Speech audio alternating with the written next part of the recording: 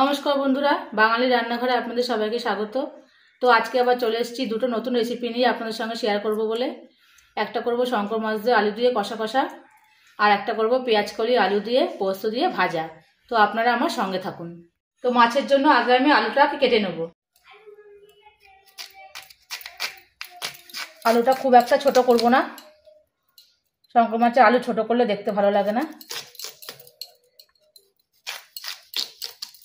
এইভাবে আমি আলুগুলোকে কেটে নেব।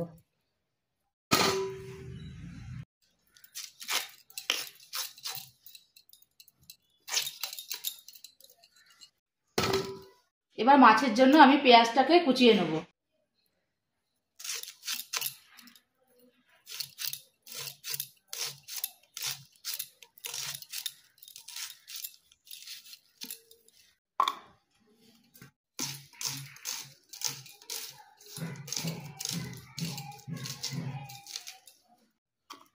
বন্ধুরা, এবার পেঁয়াজ কলিটাও আমি একবারে কেটে নেব। পেঁয়াজ কলি ফুলটা আগে বাদ দিয়ে নিই, তারপর কাটতে সুবিধা হয়।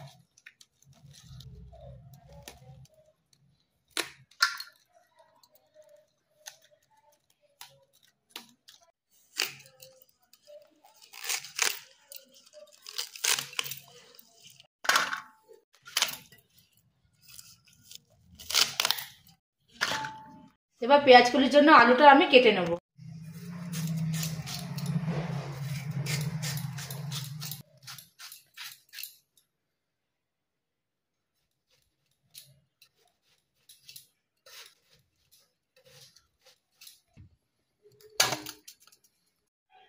বন্ধুরা, আমি এখানে শঙ্কর মাছ রান্নার জন্য নিয়ে নিয়েছি কিছুটা পরিমাণ শঙ্কর মাছ, আর পেঁয়াজ তো আপনাদের আগে আমি দেখিয়েছি, আলুটাও আগে দেখিয়েছি। তো শঙ্কর মাছে দেওয়ার জন্য মশলা নিয়েছি আমি গোটা জিরে, আদা কুচি, রসুন কুচি, গোটা গরম মশলা আর গোটা শুকনো লঙ্কা। মাছটাতে এবার আমি নুন আর হলুদ মাখিয়ে নেব।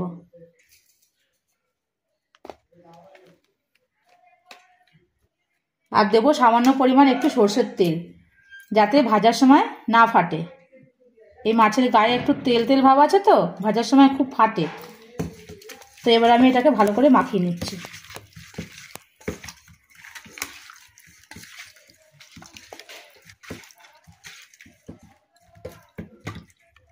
মাছটা খুব ভালো করে মাখানো হয়ে গেছে।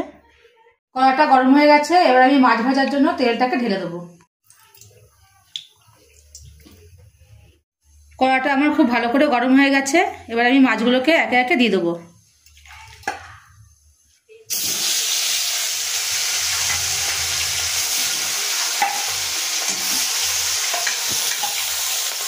খুব একটা বেশি মাছ নেই, মাছগুলোকে আমি একেবারে দিয়ে দেবো।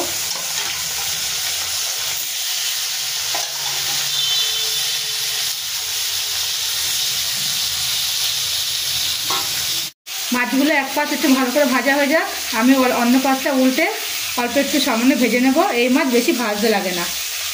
মাছটাকে এবার আমি উল্টে নেব।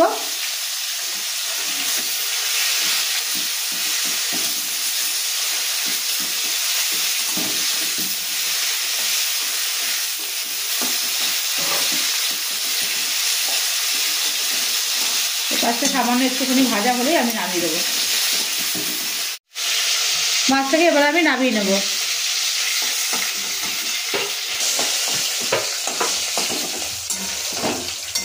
এবার তেলের মধ্যে আমি জিরে ফোড়ন দিয়ে দেবো। দিয়ে দেবো তেজপাতা ফোড়ন।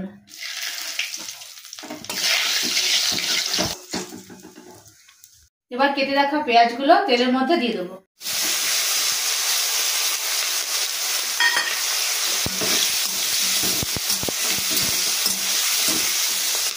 পেঁয়াজটা সামান্য একটু ভাজা ভাজা হোক, তারপর আমি আলুগুলোকে দিয়ে দেবো।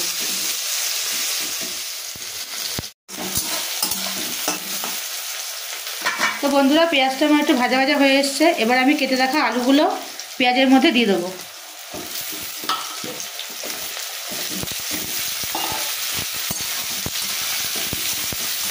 আলু পেঁয়াজ খুব ভালো করে ভাজা হবে, তারপর আমি বেটে রাখা মশলাগুলো দিয়ে ভালো করে কষাবো।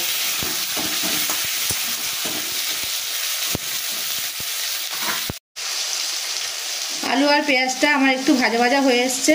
এবার আমি বেটে রাখা মশলাগুলো আলুর মধ্যে দিয়ে দেবো। এবার দিয়ে দেবো স্বাদ মতো লবণ, হলুদ গুঁড়ো।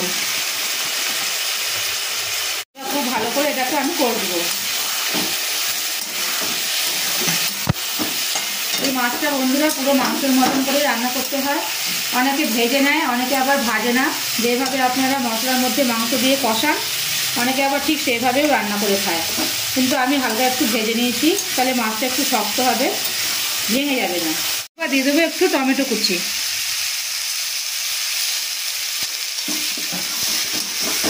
দেখুন বন্ধুরা, কালারটা এখনই আমার কত সুন্দর হয়ে গেছে। যত কষবো তত আরও কালারটা আরও সুন্দর হবে। তো এইভাবে আমি কিছুক্ষণ কষিয়ে নেব, তারপর পরিমাণ মতো জল আমি এতে দিয়ে দেবো।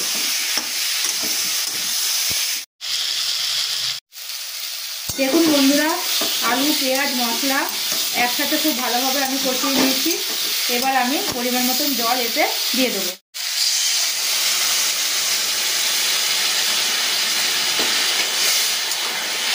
ঝোলটা ভালোভাবে ফুটে উঠবে, তারপর আমি ভেজে রাখা মাছগুলো দিয়ে দেবো।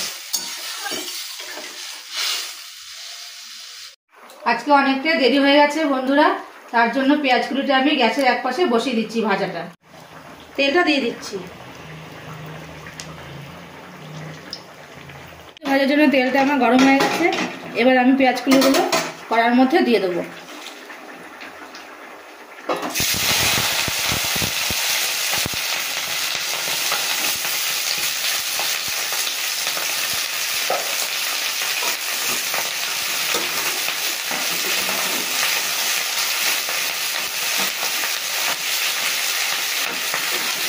এটা খুব ভালো করে ভাজা ভাজা হয়ে আসবে, তারপর নামানোর আগে পোস্ত ছড়িয়ে দিয়ে নামিয়ে দেবো। পেঁয়াজকুলি ভাজার মধ্যে আমি কিছুটা কাঁচা লঙ্কা চেরা দিয়ে দেবো।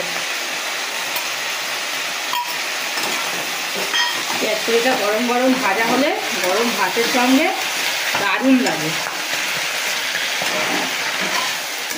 আরও এতে আমি একটু পোস্ত দেবো, টেস্টটা আরও সুন্দর হবে। মাছের ঝোলটা আমার খুব ভালোভাবে ফুটে গেছে। এবার আমি ভেজে রাখা মাছগুলো ঝোলের মধ্যে দিয়ে দেবো। দিয়ে দিচ্ছি মাছগুলো।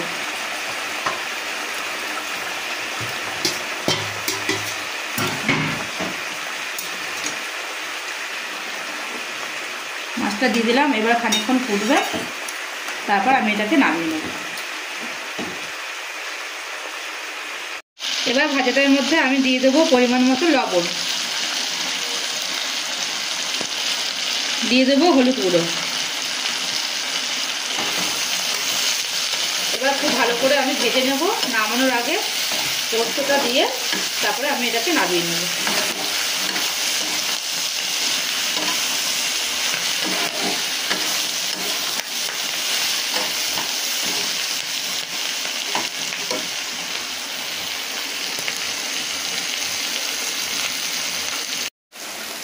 দেখুন বন্ধুরা, মাছটা আমার খুব ভালোভাবে ফুটে গেছে। আলু সব আমার সেদ্ধ হয়ে গেছে এবং কালারটাও খুব সুন্দর এসছে। এবার আমি এটাকে থালার মধ্যে নামিয়ে নেব।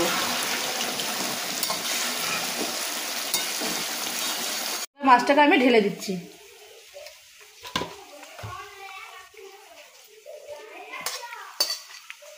দেখতে খুব সুন্দর লাগছে, কালারটা দারুণ হয়েছে না? তো আমার পেঁয়াজ কলি আলুটা খুব ভালোভাবে ভাজা হয়ে গেছে। এবার আমি এর ওপর থেকে পোস্ত ছড়িয়ে নামিয়ে নেব। পোস্তটা এবার দিয়ে দিচ্ছি।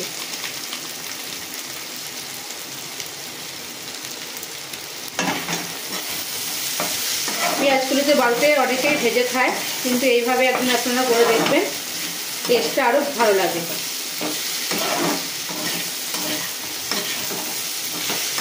পোস্তটা দিয়ে একটু নাড়াচাড়া করে তারপরে নামিয়ে নিতে হয়।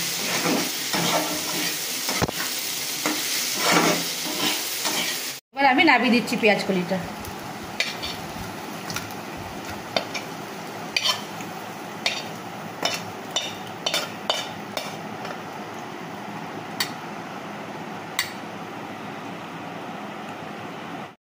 তো বন্ধুরা, আজকের রেসিপি দুটো যদি আপনাদের ভালো লেগে থাকে আপনারা অবশ্যই বাড়িতে ট্রাই করে দেখবেন। আশা করছি খুব ভালো লাগবে এবং আমার চ্যানেলটিকে লাইক, কমেন্ট, শেয়ার করবেন এবং সাবস্ক্রাইব করে আমার সঙ্গে থাকবেন।